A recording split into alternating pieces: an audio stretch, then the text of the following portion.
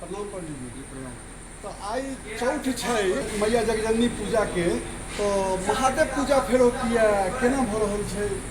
आई हमन के परंपरा है कि सबके कल्याणार्थ पंचमी तिथि का महादेव पूजा होइ छै। बहुत पहले से परंपरा रहल छै हरिहरपुर के पूजा के। तो तैं दुआरे आई जे छै उदय व्यापनी चौठ छल, जे 6:50 तक चौठ छै। तै के बाद पंचमी प्रवेश कऽ गेलै और महादेव पूजा के संबंध शिववास से होइ छै। तो तैं दुआरे शिववास प्राप्ति भेलै। दोसर में आई 5म दिन के पूजा, भली चौथे के पूजा हेतै, लेकिन छै तो 5म दिन के पूजा और पंचमी तिथि शिववास के प्राप्ति भेल छै।